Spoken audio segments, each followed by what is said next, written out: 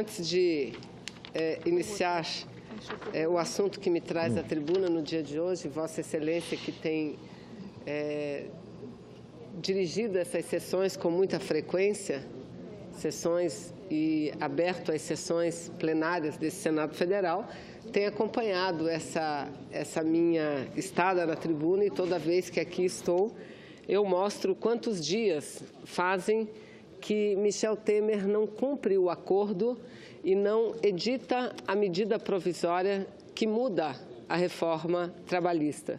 Hoje, presidente senadora João Alberto, são 61 dias que Michel Temer não cumpre sua palavra que empenhou perante os membros da sua bancada de apoio aqui do Senado Federal, que chegaram a assinar um documento em conjunto, presidentes de 4 comissões, da Comissão de Constituição e Justiça, da Comissão de Assuntos Sociais, da Comissão de Assuntos Econômicos e também de outra comissão, senador Lobão, e o próprio senador Jucá, líder da maioria, que assinaram um documento se comprometendo que assim que a lei fosse aprovada, o projeto fosse aprovado e sancionado, ele mandaria medida provisória mudando o conteúdo da reforma trabalhista e promoveria alguns vetos.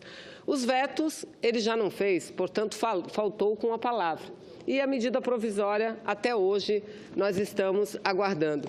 Segundo eu li em uma notinha na imprensa, senhor presidente, parece que, até que enfim, o governo deu resposta a essa nossa cobrança, dizendo que prepare que nos próximos dias deverá editar a medida provisória.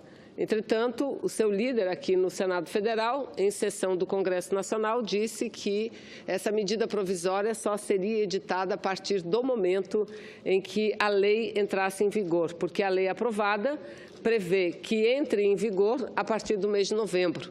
Então, o entendimento que nós temos é que, na falta de ter o que dizer, senador Romero Jucá veio com essa. E, repito, na falta de ter o que dizer, na falta de não ter argumentos para justificar mais uma palavra não cumprida do presidente que ele aqui representa e defende, que, aliás, não foi o presidente eleito pela população brasileira, ele veio com essa, de que somente a partir de novembro. Mas o Palácio do Planalto disse que está preparando e que nos próximos dias deverá assinar a medida provisória. Eu aqui chamo a atenção da necessidade de os trabalhadores e trabalhadoras brasileiras se mobilizarem para mudar radicalmente aquilo que foi aprovado recentemente aqui.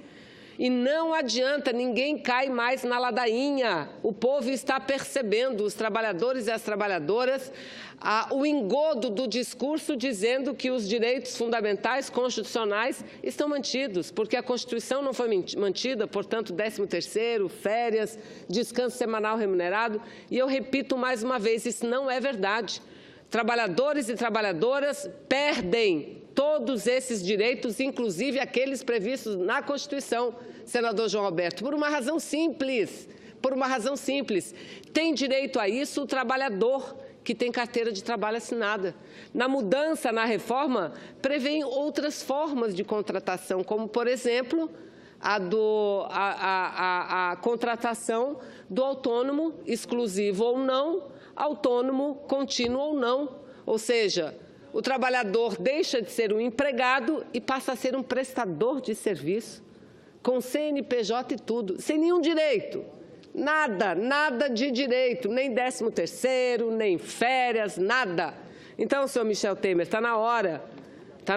Mas, senhor presidente, nesse último final de semana, o meu partido, nessa última segunda-feira, no dia de ontem, nós estivemos reunidos o dia todo, o partido nos preparativos do nosso 10º Congresso, que deve acontecer agora no mês de novembro, e debatemos também a conjuntura, os problemas pelos quais passam o nosso país.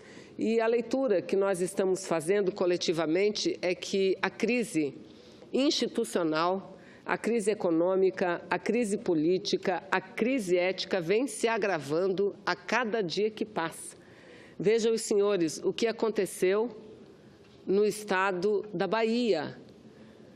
Num apartamento emprestado pelo ex-ministro de Michel Temer, um dos artífices, senador Humberto Costa, do golpe contra a presidenta Dilma.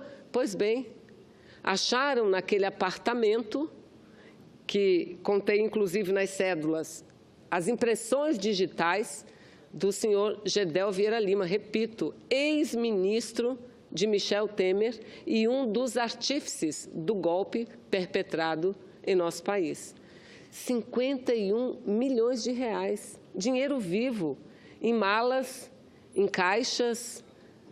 Vejam, senhor presidente, a que ponto nós chegamos. Eu mesma, eu sempre fui e acho que o combate à corrupção não tem que ser uma bandeira. O combate à corrupção tem que ser o cotidiano, não apenas na luta, mas também no exercício, diário, no exercício cotidiano.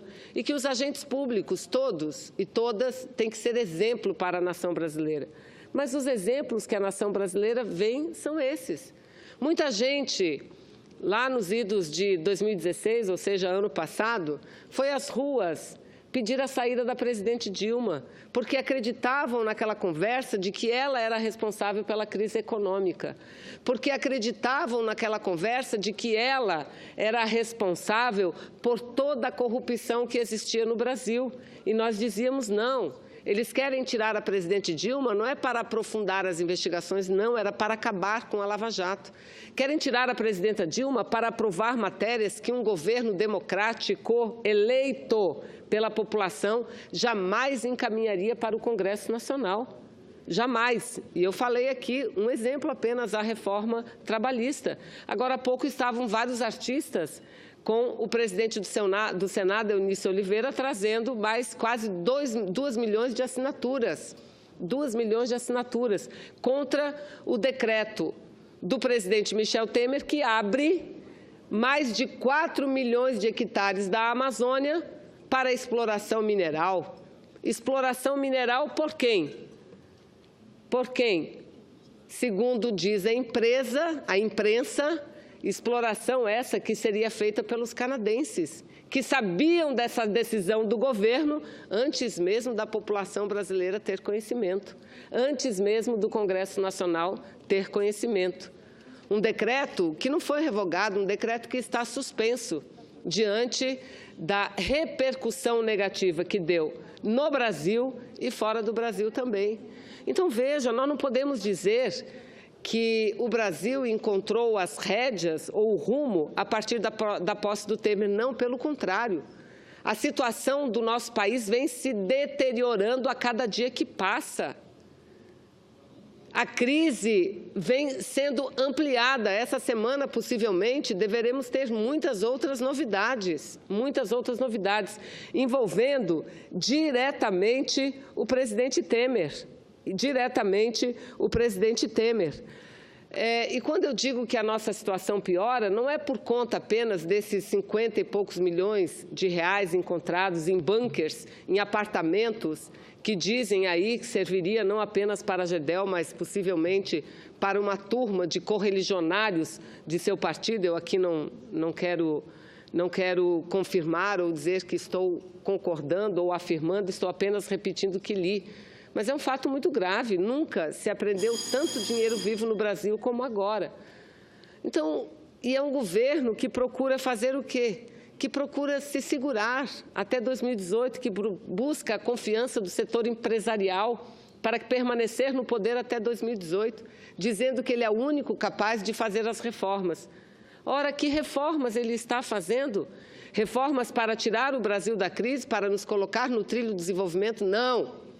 Reforma para vender o patrimônio público, aqui está. Outro belo ato aconteceu hoje aqui no Congresso Nacional. Um minutinho, se Vossa Excelência me permite, eu concluo. Outro belo ato, senador João Roberto, Vossa Excelência, que é do Maranhão, que sabe da importância de uma empresa pública e energética, tanto quanto nós que vivemos no Amazonas, que sabemos que as nossas pequenas cidades do interior só são abastecidas com energia graças à empresa pública. E pergunto, quem do setor privado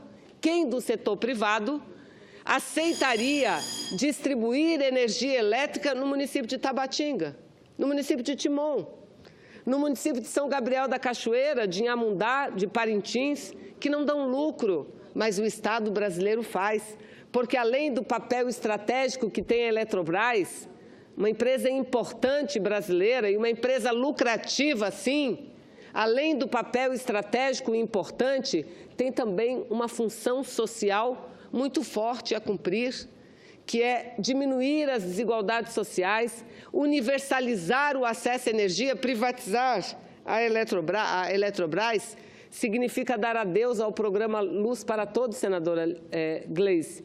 Vossa Excelência, que acompanhou muito o presidente Lula quando implantou esse que foi um dos mais belos, humanos programas implantados no Brasil, porque nós que vivemos na Amazônia, nós sabemos o que é que significa energia elétrica para aquele povo que vive lá,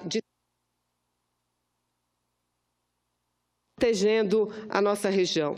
Então, senhor presidente, nesse meu pronunciamento, eu quero dizer que a cada dia que passa, nós chegamos à conclusão da necessidade de tirar esse senhor Michel Temer do poder. Ou o povo brasileiro faz isso, se mobiliza, ou eles vão acabar com o Brasil.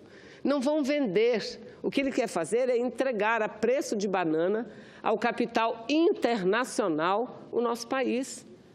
Tirar os direitos dos trabalhadores, fizeram a reforma trabalhista e agora é a reforma previdenciária, para exigir 49 anos de contribuição para um simples trabalhador, uma simples trabalhadora que ganha salário mínimo, ter o direito de se aposentar. Então, a solução da crise passa necessariamente pela recomposição da democracia. Necessariamente. Sem isso, senhor presidente, a crise será, infelizmente, amplificada no Brasil e o povo sofrendo cada